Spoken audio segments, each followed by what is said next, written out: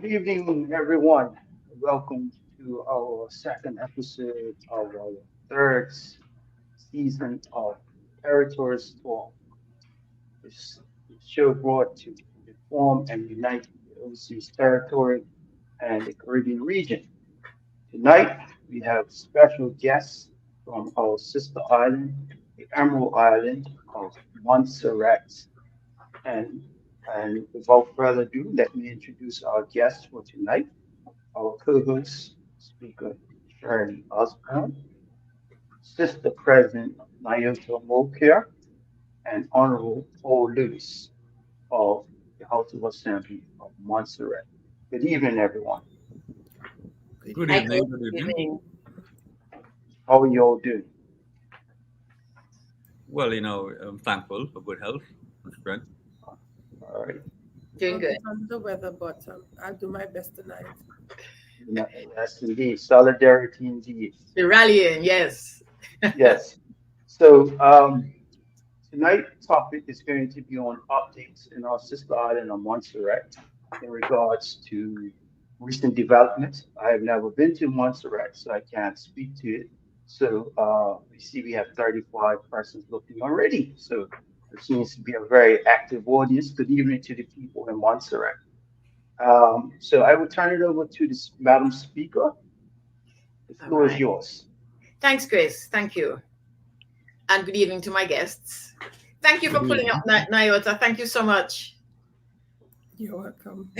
I'll try not to have you tax your voice too much. So jump in whenever you're ready, whenever you feel like. Sure.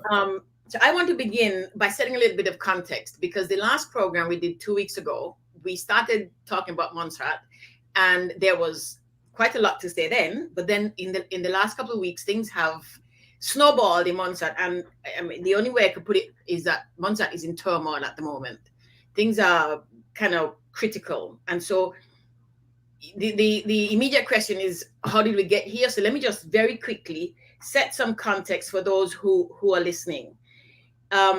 Montserrat, as everybody knows, is struggling still with the after effects of the volcanic eruption that began in 1995. So we're 28 years in. Now, before that, people might not remember, Montserrat was a thriving, vibrant little island. In 1989, when Hurricane Hugo hit us, we had money in the bank. We were doing well. We had industries, we had activity, we had our full population, small as it was, and we were doing well. We had all kinds of artistic, creative, academic, industrial, political activity on Montserrat. Then Hurricane Hugo demolished the island, and in September, and in November, December, the British government thought it was the opportune time to impose a constitution.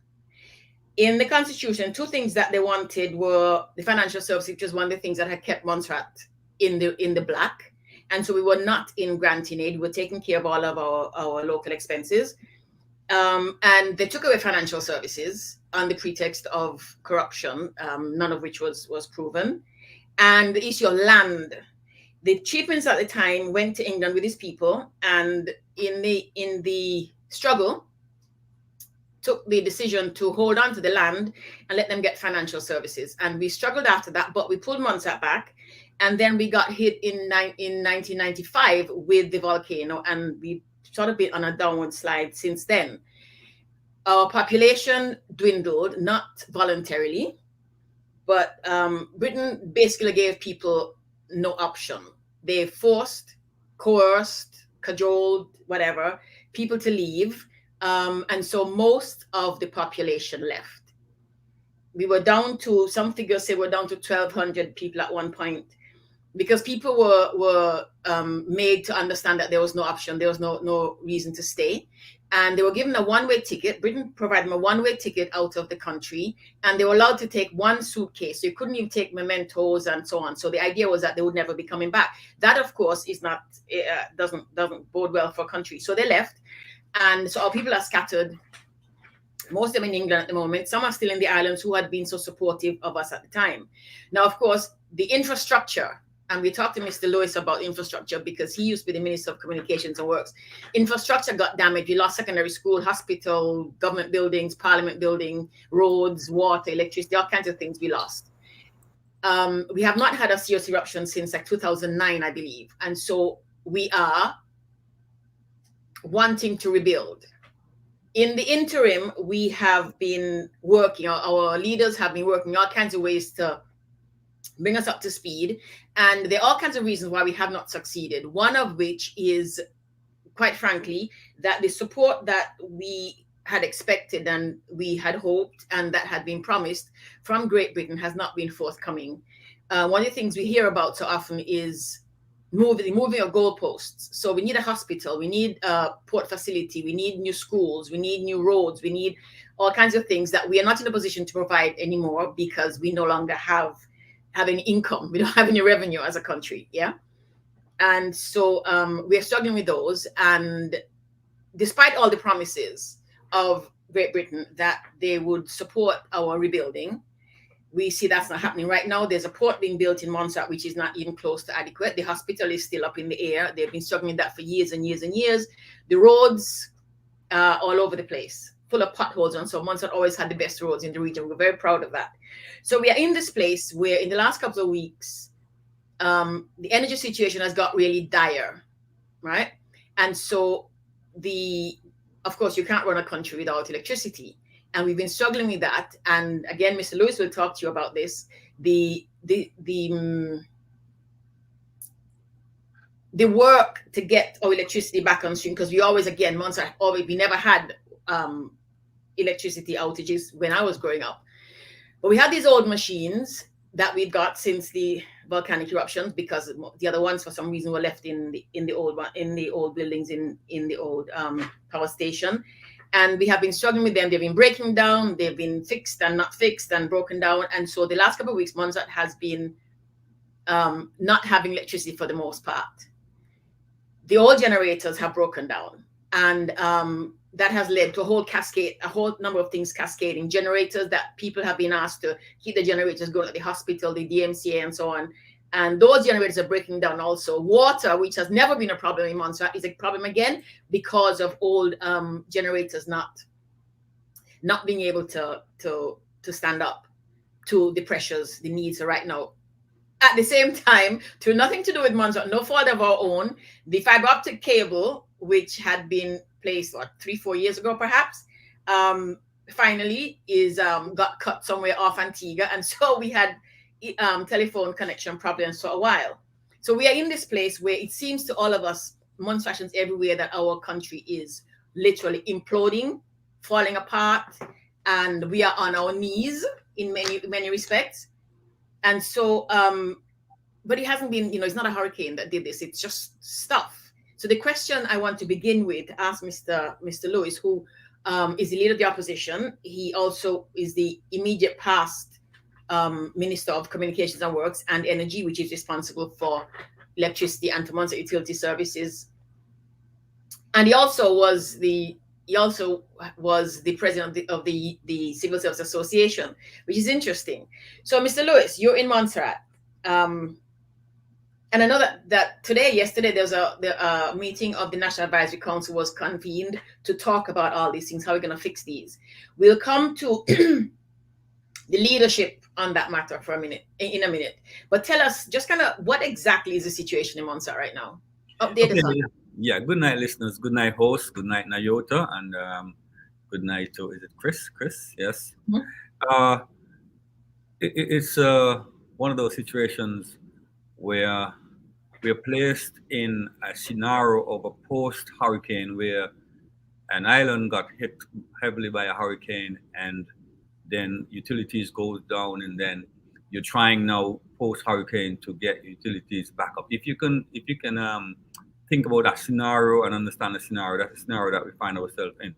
We did not have a hurricane, we were not hit by a hurricane, but that's the scenario basically, because what we are finding about last week, we found ourselves in a situation where at the power plant, we have a 1.5 medium speed diesel generator, and all the other generators, several other generators, they are high speed, what we call standby generators, but they're used in the meantime. Montserrat is expected to get and to install and to basically commission another 1.5 medium speed generator sometime in November, according to the government. We learned that about 2 months ago that the MOL, the Montserrat Utilities Limited, responsible for generation and supply of electricity, water, and also some sewage to some places in Montserrat, and they would have pointed out to the government what the state is at the generating plant, which is not good.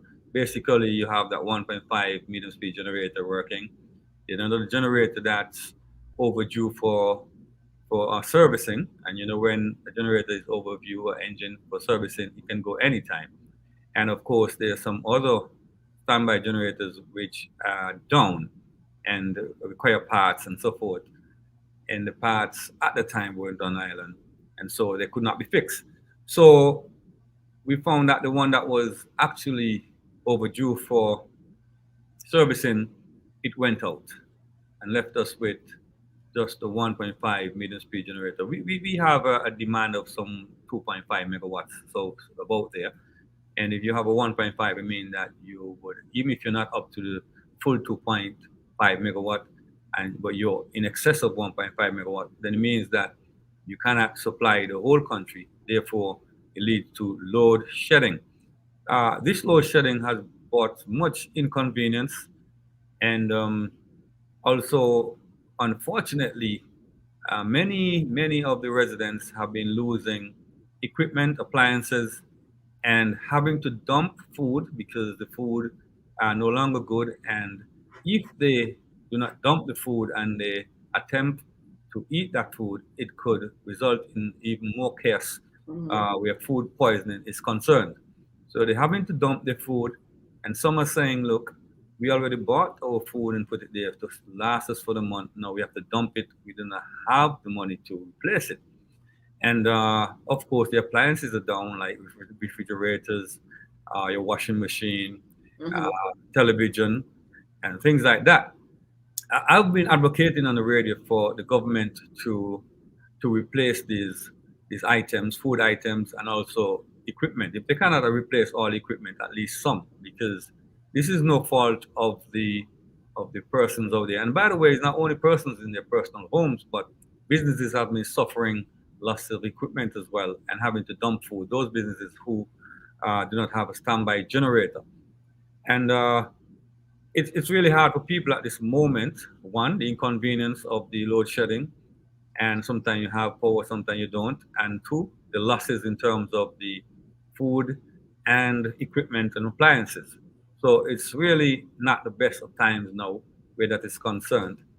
And as you were saying, Shirley, earlier, well, we have been we're routed to Guadeloupe in terms of the fiber optics while they're working on the damaged fiber between Montserrat and Antigua. So we're back up in terms of the telecoms, but still being, well, in load shedding electricity. What that has led to is that normally you would have the standby generators at the pumping stations for the water. Oh, that one, yeah. And somehow, I don't know, they say when something can go wrong, it will go wrong.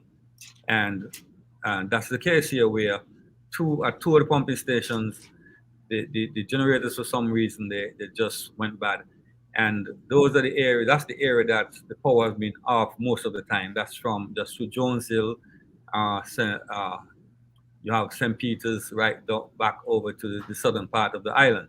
So the St. Peter's pumping station and the one at Bellum for the wells, actually you find that those went down and they had to turn, the water levels were at critically low water levels, and they had to turn back electricity on in this area until they got some replacement generators to borrow and now pumping water. At least one village lookout were experiencing some water issues, low levels of water.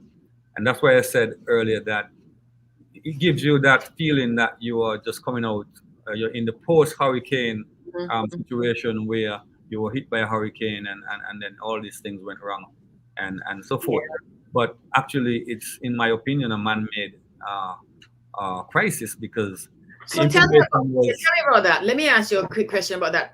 Because it seems you're saying it like exactly perfect start. Anything that could go wrong is going wrong. Everything is just kind of falling in. How much of this? I think one of the things we need to establish. I'd like us to establish first is how much of this has to do with the care and maintenance, the monitoring, because I know machines like those, engines and so on, have a life. It's 10,000 hours, 15,000 hours, 25,000 hours, whatever. What did we in Montserrat miss something there, or is it what else is contributing? The staff at Mull, I understand, through the board, did inform the government. And let me just remind you that the Mull is owned 100% by government, where the FS sits on the board and reports directly to the Honorable Premier Minister of Finance. And the PS for the Communication Works, Labour and Energy is the chair of the board and therefore reports to the minister. So both the Premier and the Deputy Premier, who is the minister, they are fully informed. And for whatever reason, whether or not they did not get the support, the financial support from elsewhere, they did not act promptly at the time 2 months ago when they got the information. And I will tell you one thing about engines, and if they're overdue for maintenance and you as a human being do not see it fit to act promptly, they're not going to wait on you. So whatever could go wrong will go wrong. So it's unfortunate that now that it has all fallen on the face, that is when the government is giving the authority to Mull to go and seek a standby generator in the meantime. So the guys there are working really hard at Mull, now trying to put back together one of those generators that failed. The part is in. They have managed to get some engineers from overseas to come in and assist them. So they are hoping that by Friday that they'll have that generator fixed and have a situation where they could be back off from load shedding and somewhat back to normal. But I think the problem here is greater than that, because there's no way that you should have these standby generators running a power plant. Your power plant is normally run by medium speed generators, not standby high speed generators. They will break down because they're not designed to run continuously like that. They're designed when you're having a carnival and you have those standby generators behind generating and supplying the band. When you're having a festival somewhere, just for short periods. But these been running day in, day out, night and 24 hours a day, 24/7. They will break down, and they break down pretty often. So we know that where we want to go in the future, it has to be with the renewables. Some time ago, as minister went out, according to the British, they wanted us to go out and look at the possibility of private sector investment in the geothermal plant. We went out and we found that we had about 5 international companies showing an interest and coming back in there saying, look, we'll have to generate at 15 US cents and then sell to Mull, and Mull has to put their overheads on that. But by the time that is finished, it will be too expensive for the people of Montserrat. So the committee assumed or came to a conclusion that you will have to be generating at 8 US cents for this thing to work. And that information was provided to the British government via DFID then, which is now merged into what is called FCDO. And when the government was changed in 2019, they once again asked the new government, which is the sitting government, to go back out again to do the same thing. So it's like a merry-go-round. And, so let me ask you right there. Frank question, frank answer. We've known for years that Montserrat needed these things. You were there, you knew that they needed them. We needed them at the time. Why have we not got them yet? Well, I said to you, even before our government, the government before our government was promised not just the geothermal wells, but the funding of the geothermal plant. And then somewhere along the line, they did the 2 wells and changed their mind about the plant. Agreed to do a 3rd well, but not to do the plant. And that's when they said, look, go out to the private sector to see what's the appetite out there. But there's the 2 things, not just an appetite, but we want to know that when you finish, that it's affordable to the people of Montserrat. And the whole promise that was promised to the people of Montserrat is that once the geothermal plant is up, electricity will be more affordable, because then you get rid of the fuel surcharge, because you will have no fuel and to pay for when you're dealing with geothermal plant. And I say the British went back on their promise, and it's a shame. It's really a shame. As a British overseas territory and the British treating a British overseas territory like this. At the day back in the day when we did that assessment, the plant was said to be about a cost of about 15 million US dollars, and of course plus the enabling works. It probably would be a little bit more than that now with the inflation and all of that. But I tell you, whether it's 15 million US dollars or 20 million dollars, that's a drop in the bucket for the British government. If they really are serious about helping Montserrat to put these critical infrastructures in place. Yeah. So we're not getting the infrastructure that we need, and so we are in this place right now. One of the issues that one of the things that this issue brings up is morale, local morale. People, we already been struggling with, people just feeling nothing's happening. We're not getting through.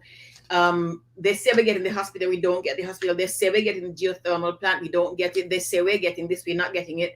And so we're in this position today where people are telling me, I mean, you all know I'm overseas at the moment. People are telling me, why even bother thinking about coming back, Shirley? I'm away for a few weeks. And people say, don't hurry and come back. Take your time, because people are so demoralized and upset. And one of the things that has been feeding into this all along, it seems to me that this energy issue, this water issue, this food and health, because then it boils down to that. All of these are connected. Schools are out at the moment, so it's not so bad. Kids don't have to be studying right now, but suppose they had to be. The hospital has been having trouble with their generator. DMC and hospital are connected, so if the hospital's having trouble, so there's a whole morass, a whole bunch of things that are not working, that obviously make people just want to throw up their hands and say leave this alone. But this does not, and of course, because the people on island have something to do with this. There are other things that have been impinging on Montserrat's ability to redevelop itself. And I want to move to Nyota for a minute, because the largest employer on Montserrat is the public service. People tell you that most of the people on Montserrat work for government. And if the people who work for government are the people who are driving the innovation and the work and the so on that we need to do to move Montserrat, and maybe even push the hand of the British so that they actually do what they say they're going to do, and they're having a hard time just feeling good about their work, obviously we're not going to make progress. So Nyota, as the head of the Civil Service Association, give us a little bit of a notion about how the civil service is feeling. And I'm asking you this in the context of what has been happening recently in terms of governance and what I personally am calling interference, but you will speak to that, and then we come back to flesh it out a little bit. What's going on with the people in the public service? How are they feeling about their work and the ability to make the island work? Good evening, everyone, to the listeners out there. Firstly, anything that affects Montserrat, like you said, affects the public service. And it comes to a matter of national interest. At this time, with everything that's going on, yes, many of the membership feel undervalued. Lots of times they are unable to basically see their worth. Mm-hmm. So it's like you are trying to achieve a goal, but you're not getting there, you're not able to see it. And lots of persons are leaving because of that, as well as they're not able to aspire to some of the positions that they're willing to aspire to, because they're of the feeling that they are being pushed over. So if I go back to what Mr. Lewis said, there are instances where you provide information, it's not taken into account, so you feel like your input is not weighted enough. And what has happened is that they're bringing in persons from overseas who are telling them the very same thing, and then they pay attention to that. But the locals have done exactly what these other persons would have said already. And it's sad because you demotivate the membership, and people are who you need to drive a society, to drive the public service. And if these persons don't feel that or feel job satisfaction in any way, Mhm. it means that you don't get the best out of persons. Um, and that is why Montserrat is in its state that it is right now, because the lack of not listening or not following through or giving them the opportunities to give of their best at all times. Mhm. I wanted to comment on a message in the chat. It says, why hasn't Montserrat built 2 wind turbines sufficient to Mhm. generate enough electricity for 6,000 people? Yeah. Don't repair Asian generators exploit natural resources? I know in the past we did have wind turbines. I'm not sure if it has been explored recently, but natural resources is actually the way to go at this point. I don't know if Mr. Lewis in his time, if they had looked at wind turbines, but that's an interesting comment at this time. Yeah, it's interesting because there were two wind turbines on St. George's Hill. They're still standing, by the way. They're not working, but they're still standing. So we've been looking at these things all over the years. So as a matter of fact, Montserrat has been looking about its development, looking at what we need for development. And we're having all of these problems with the infrastructure, with the hardware, if you will. But the point you raised, Nyota, about the people is a really important one. If people are not, people don't feel recognized and valued, and they don't feel settled, then they can't really produce. And one of the issues is that Montserratians have not been feeling settled at home for the longest while, because this idea of crisis, Paul talked about it. Right now, it feels the way it felt after Hurricane Hugo, as a matter of fact. They didn't have anything, but we've been kind of operating in that mode for the longest while. We have 2/3 of the island is shut off, and the newest dispensations are restricting access even more to our lands. We have these latest issues with people at work in the civil service, and the notion that nowadays the senior positions must all be advertised internationally. So the idea of working your way up to the civil service to get a senior position and so on has been taken away. So people are not seeing any point in staying home. Young people are saying, what's the point? Even older people are leaving. And this has been, what's the word? This has been, I mean, people have people coming to help them work all the time, training and so on. But this notion of replacing almost the But workforce for the government. but the thing is, Miss Shirley, the persons who are leaving, Mhm. many of the persons who are leaving are persons who are qualified. These persons have been trained, have the all as well as they have the years of experience.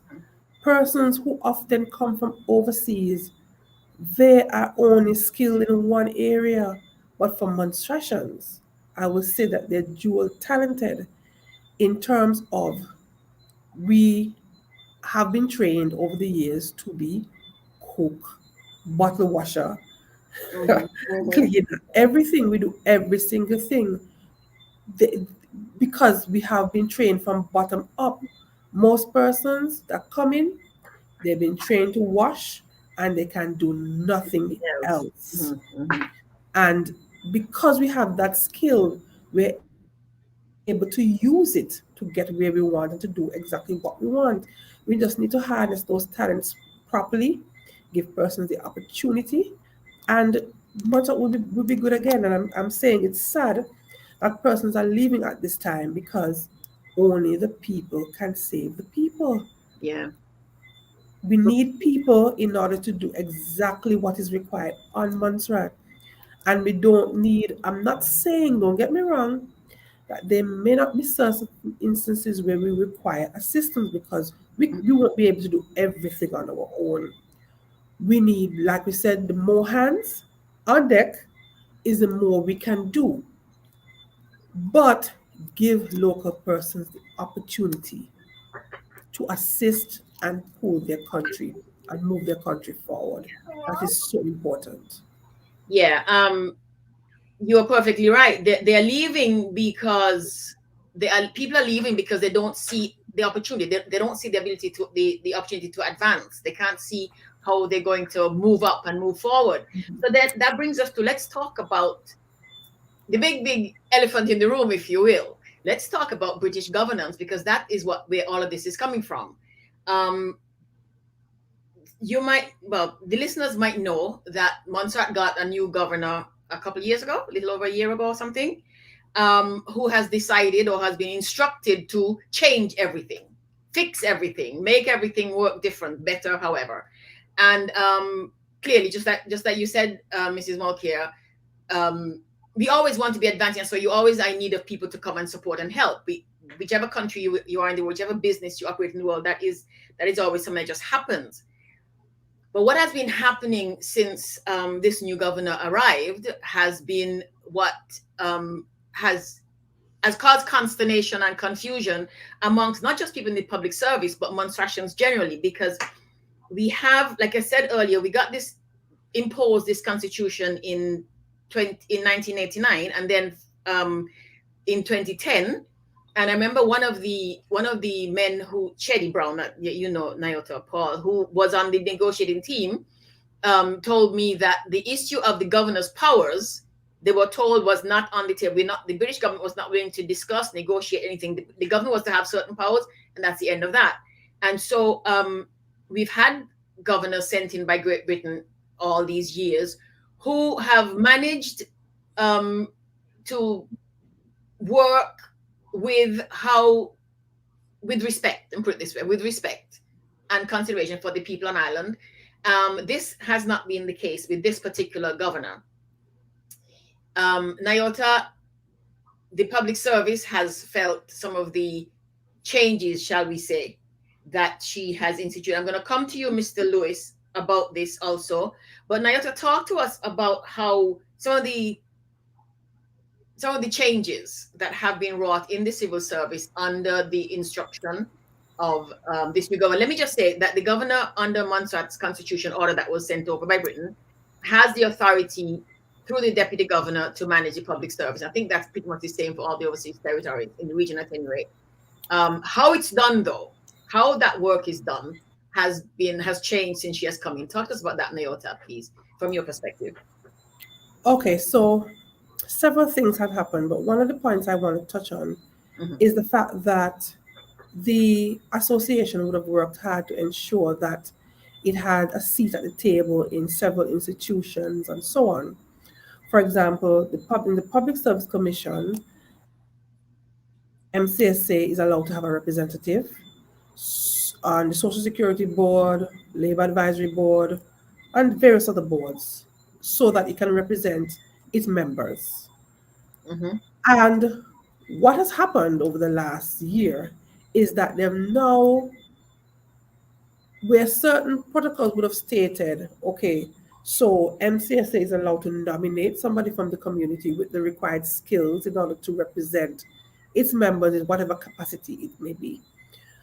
And what they've moved to now is that persons are required to show interest. So they're now saying that the MCSA should not write in to nominate its members, but whoever it may be can write in to show interest for them to choose from.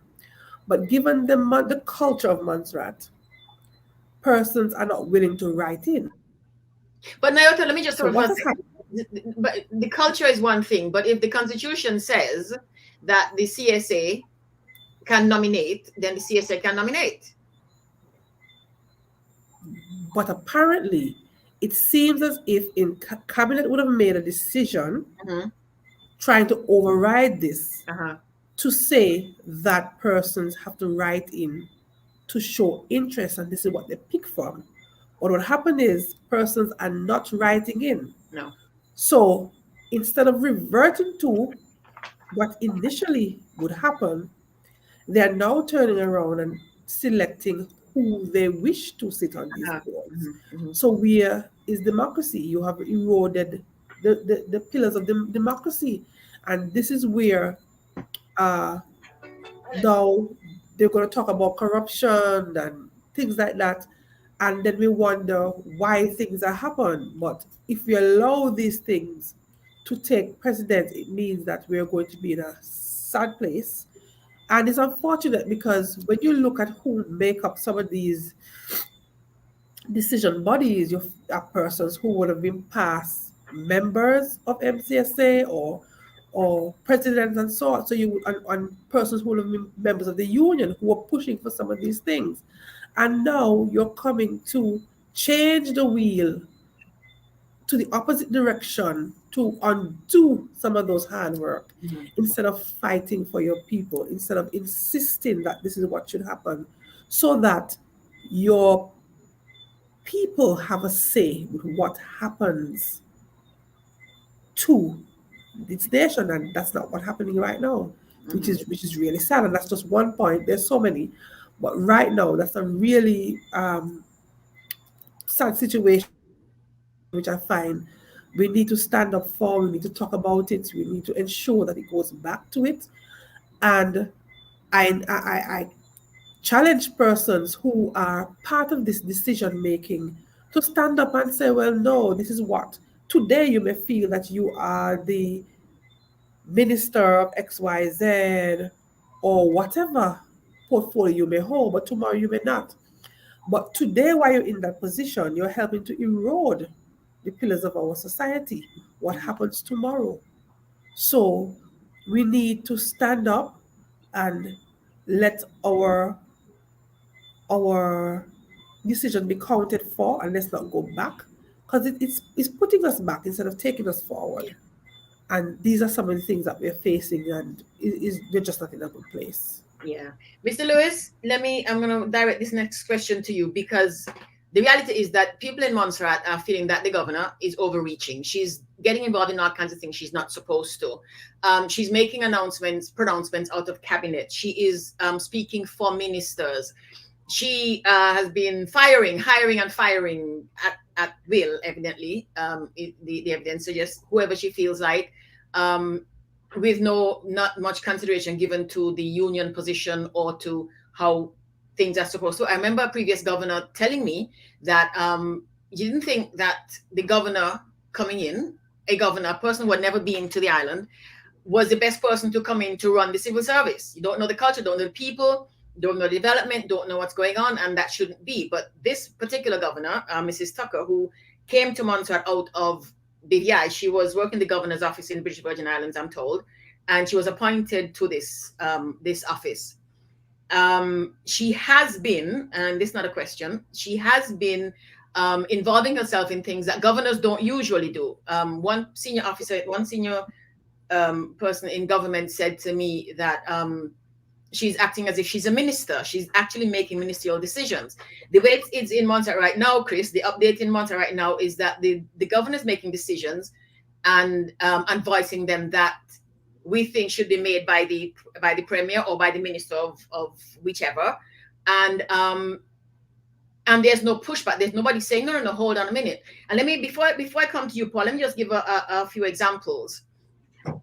When the police officers, when the chief of police, the commissioner of police was fired and inspectors were removed from office, and the whole idea of retirement, not retirement, was done. Nobody in the government said, and I'm making a distinction between government and legislature because there is nobody in the government said anything.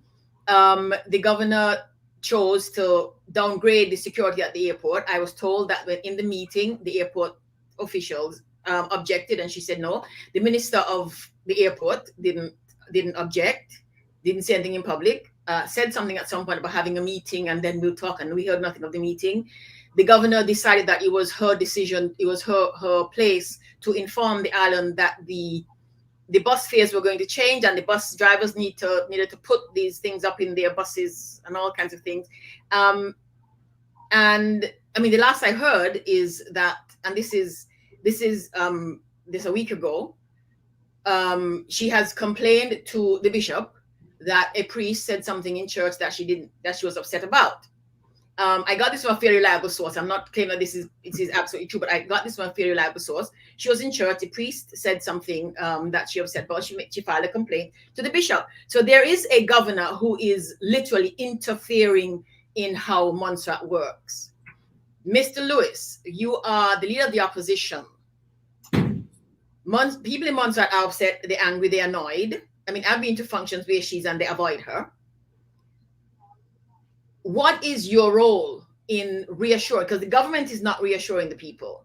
What is your role in reassuring Montserratians that, yeah, we are not, like people are saying, being pushed out of our own island? That's the general sentiment on the island right now. That we are being overrun, we are being disregarded, and we're being run out of our yes, Graham Hall, it's exactly what they're trying to do. Mr. Lewis, what's your take on that? Yes, section 39 1 speaks to the powers of the governor. Mm-hmm. It speaks to defense, responsible for defense, external affairs, the regulation of international financial services, internal security, including the police service, the functions conferred on the governor by the Constitution of any other law or matters, right, that's related to public service. And the thing about this Constitution, it goes on to say, despite the areas I just outlined, that a governor, in his or her discretion, can determine that another matter being dealt with by a given government falls within the areas just outlined, which is one of the issues I have with the Constitution. The Constitution should be speaking clearly to what are the governor powers and what are the elected government powers. So there's a great area there. But having said that, we have elected a government, and the government need to stand up and carry out their role. They need to stand up and carry out their role. The areas that they're responsible for, they should be leading on those areas. The governor sits in cabinet, but the governor is the chair of cabinet. The cabinet is made up of the premier, his three ministers, and of course you have the attorney general and the finance secretary that sit in cabinet. Mm-hmm. When they make a decision in cabinet, they need to stand up and tell the people what their decision is cabinet. If the governor go contrary to their decision, then we would see as a people that the governor goes contrary to their decision. If they sit there in cabinet and whatever decision is made there and the governor speaks for them and they have nothing contrary to say, then we have to assume that they're in agreement with the governor. Mm-hmm. When they make joint statements and they're in agreement with the statement, unless somebody comes out and says, no, I have asked for something else to be in the statement, it's not in there, so I'm not in total agreement with it. So we elect people, they represent us. If they believe the governor is going contrary to what they as a government are doing or believing, they need to say it.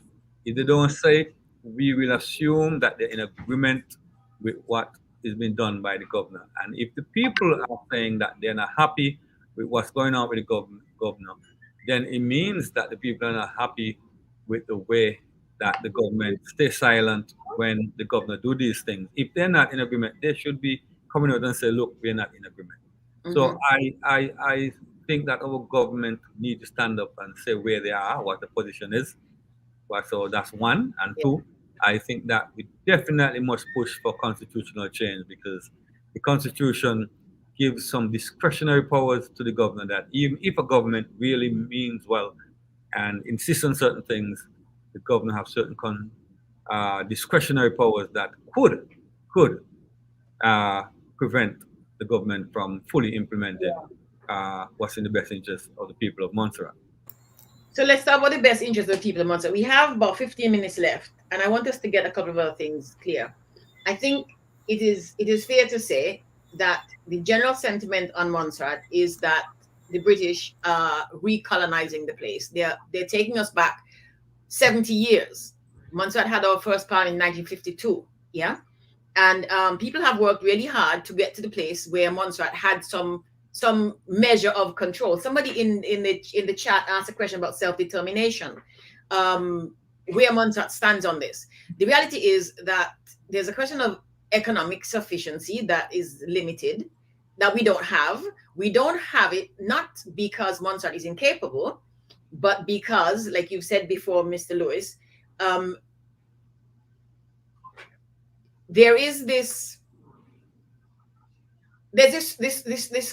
shadow over Montserrat that inhibits Montserrat's ability to find its way. Let me put it this way. Montserrat is unable to make the decisions it must make for its own development because it has been handed this law that was agreed to in England, that they decided Montserrat must have, called the Constitution Order 2010, which gives the governor a whole wide range of powers and includes things like can make decisions which cannot be inquired into by any court. It says that the governor must consult with the premier on this, that, or the other, but somewhere else gives the governor a loop, a place out.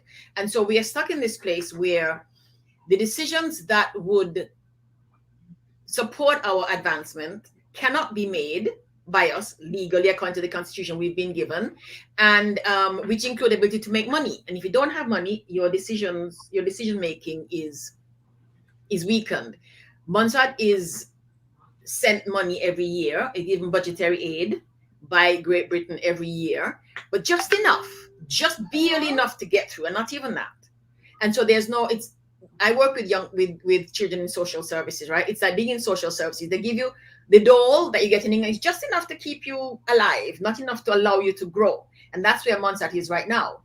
And the changes that are being made in the civil service with regard to people's ability to be able to work and advance themselves and contribute to their country to the best of their ability with all the skills and education they have, that is being eroded. So we're not being allowed to go make our own money. We are not being allowed to use our own people to do our work. We are not being allowed to do a whole number of things that's seriously restricting our advancement. And this particular Mrs. Tucker has arrived, it seems, with instructions to just keep bearing down. There's no other way to put it. Just keep bearing, just keep pushing. Push as hard as you can get. Frustrate as many people as you can, because then we lose control of Montserrat. Why would they want that? We are coming up to election next year. One of the things that I hear people talking about already is things like constitutional reform, which the British government does not want. What is it? I want both of you to answer. What is it that the public service could do through the union or just as a group of people, Mrs. Mulcair, that can shift something, that can assert some independence, some autonomy? And on the other hand, Mr. Lewis, when she's done, can you tell me what it is? What is it that the people of Montserrat can do to the elected officers to shift something? Because we must. Clearly, we must. Mrs. Mulcair, what can the public service do? So first of all, self-determination is the right for us to determine our political status, our economic or cultural development. And in order to do that, it cannot be just one individual or just several individuals. It has to be Montserrat collectively. And as a body, as a trade union, Montserrat Civil Service Association is not the president. It's every single member who has to join force to push back and agitate for these things to be in place. It's important that we don't allow our aspirations to self-determination be suppressed, but that we stand up and fight as an association to get the wheels turning, to create legislation, to put in the constitution what we want to see happen. But we can't just allow, we can't just say, okay, we've elected persons to do this and we leave it up to them. No, we have to be that driving force behind them to help them, to show to the British government that we are in fact interested in having this done, what we want done, and we support what, yes, they are the leaders, they are the one in front, but we have to just trade on the same thing. So if I as president stand up, for instance, when we had our march talking about we want our 10% raise, is not for a handful to come out, but everyone to come out, so that you because there's strength in numbers, and you're as strong as your weakest link. So if they see that you don't have the support, or persons are not willing to come out or do what it takes in order to rally to have these changes made, then that is where we're going to have a difficult time. It's important that we support each other when we're doing anything in the benefit of Montserrat. So Let it's, me ask a quick question. Let me ask a question here, really quickly, before I move over to Paul, because you just said something about in order to work together. What I know, however, is that you and the officers of your association, it's a union, and so the union has certain responsibilities to push and to agitate and to make things happen, even contrary to the wishes and desires of the government, the company, the whatever. But all of you are employees of the public service. The public service has all kinds of restrictions of what you can and cannot do, and there's been talk about pushback and victimization in the public service, and not being and being restricted in how you can advance if you push too hard as a member of the union. So just really quickly, Nayoto, before I move to Paul, can you just tell me, is there any consideration in the public service, in the Civil Service Association, to gain some, I want to say, some distance from the government, as in maybe while the officers are in office, they work for the association and not for government, because you're not riling up ministers or whoever? good question. So in many other unions across the Caribbean, the president is actually seconded to the union office, still paid by government, but doing union business. But in some countries like Montserrat, unfortunately, we don't have that, which is something that we have tried to explore several times, and we should still continue to do that, because it's a lot easier. And to be honest, there's so much work to be done in terms of being a president of a union, because you're looking at legislation, you're trying to solve grievances, you are to attend various meetings. So for me, sometimes my days and my nights are just one, because you have to do the business of the membership. Yeah. And the other thing you talk about victimization and so on, it's prevalent in Montserrat, because they don't know how to separate the business from friendship. And for me, I'm that person. If, for instance, I've been nominated for president, I'm going to do what it takes to make sure that the business of the people is done. And persons feel because you have your their friend or your their family, it means you should not comment or you should not say anything about them. But that's not what it's all about. Persons have to do the work they've been nominated or been paid to do. You must do what you have to do. And as president, it's strictly what you call it. You don't get paid, but you've been nominated and you have to do the work that is you're called to do in order to push forward. And because persons are being victimized, you find that a lot of persons draw back because they don't want to be seen, they don't want to be heard. But that's not good. You have to come forward. I myself have been victimized so many times, and I can talk about my experiences, my personal experiences, and a lot of persons would have known this. I was selected and for the job of Director of Social Security, and I was not given that job because I'm president of the association. I've been articulating and pushing for things to happen. And I've seen it. I've seen other attacks on my family. Persons have seen attack on their family because they come out and they talk and they write about stuff. But I wanted to tell a person, keeping quiet still doesn't solve the problem. Doesn't solve the problem, Doesn't solve the problem. So I'm already out there. I'm doing what I have to do, because in myself, I feel satisfied and I would have done the work and the business of the people. Okay. And my training is that you gotta say what it is. You gotta deal with the issues. Yeah. And I would say if it's even my mother or my husband or my brother who was premier, I'll do the very same thing because that is how I was trained. It Yes. doesn't matter who is in the position, you gotta call a spade, and if they're wrong, you just have to You're say right. they're wrong. Yeah. And Mr. Lewis would tell you when we were in the association together, if Mhm. he's wrong, I'm going to tell him whether he's president or not. I'm going to tell him he's wrong, and we're going to battle it out, and we're going to move it on. And when we're done, we are good as gold. But I'm going to tell you straight out, you're wrong, and this is my I, stance. I'm not moving from it. I have something for Mr. Lewis. You're running out of time. We've got like 5 minutes, barely 5 minutes left. I'm getting lots of things here. Lewis, let me run this by you, and then you can just go. Somebody please tell the government it's out of order. It's appropriate to call junior civil servants and request information without going to the PS. So when I say the governor is getting involved in the governor is actually giving instructions, not just doing hiring and firing and payment and so on, and salaries, actually getting involved in the running, in the decisions of the working decisions of ministries. If the governor does not share the power of cabinet, should therefore not sit in cabinet. The governor presides over cabinet but doesn't have a vote, but she speaks for cabinet. This particular one is speaking for cabinet. There's so much going on here. There's a question of self-determination and the decolonization committee and what we should and should not do. We need constitutional reform if any of these things are going to be fixed. Mr. Lewis, elections are coming up in a year. What can we look forward to?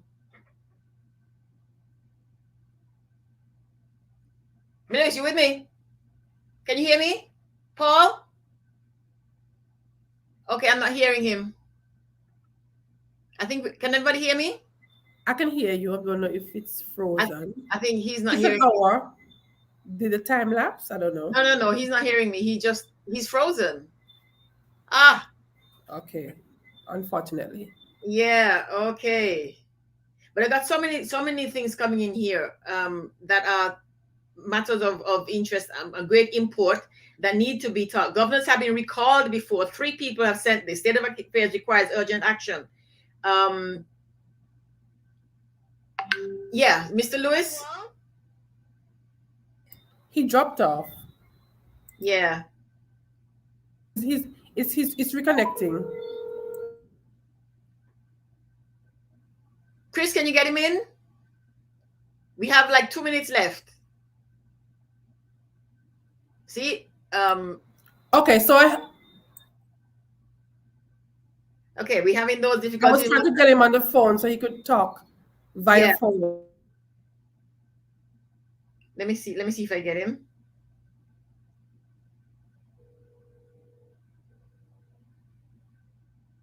Yep, we Okay, I've got him online, so you could go ahead. Okay, Paul. I'm hearing you. Okay, just the last question. We have literally a minute and a half left. We lost you just now. The elections are coming up next year. There's constitutional reform, governor's interference, all those things on the card. What do you have to say? What can we look forward to? Yeah, I'm getting some feedback. I hope you're not when I'm speaking.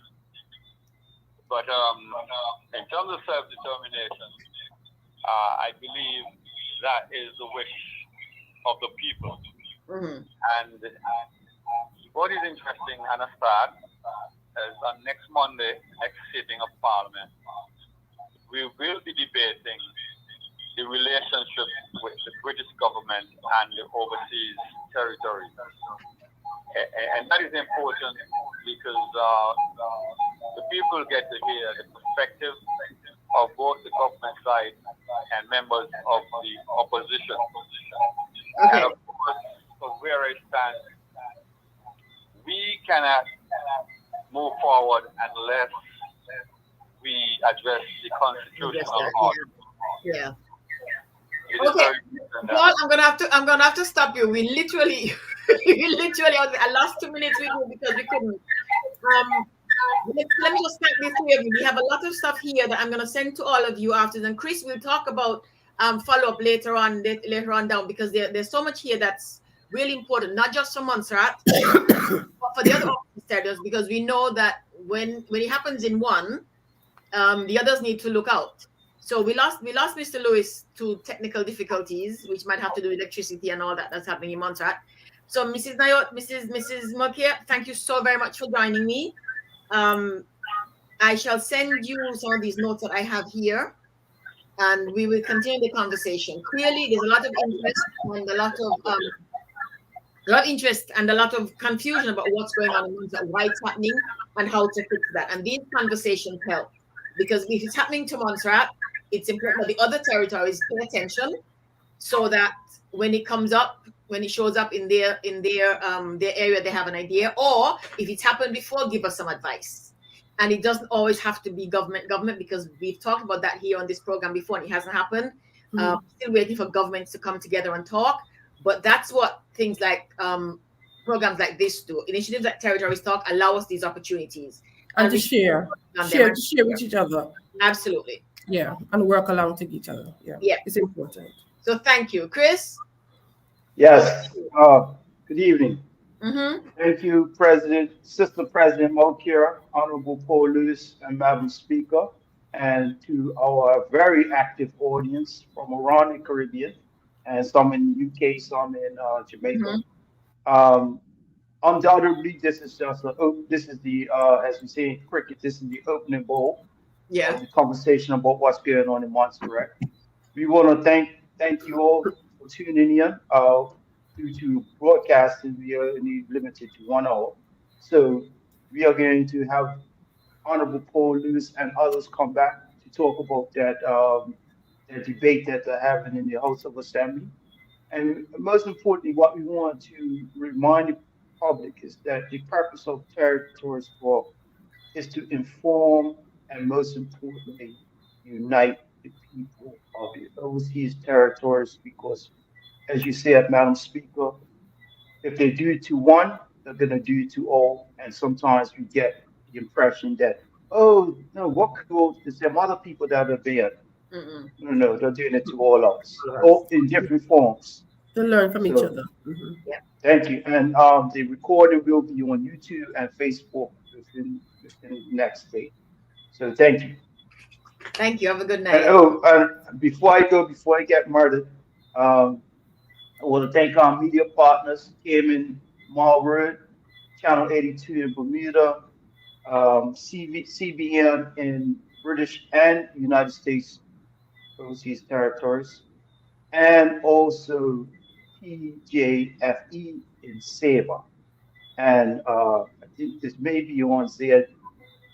Station. I'm not sure if it's on there right now, but it may be on there. And thank you to all my Montserrat family who I've met over the last year or two. Love you all. And thank you to everybody who joined in and who sent notes and comments. And so we're gonna pick this up again. We're gonna keep doing this. Thank you so much. Have a good night. All right. Mrs. Nokia, look after your voice. Look after yourself. Yes, after that. All right. Yes, have a good night. Solidarity forever. Forever. All right.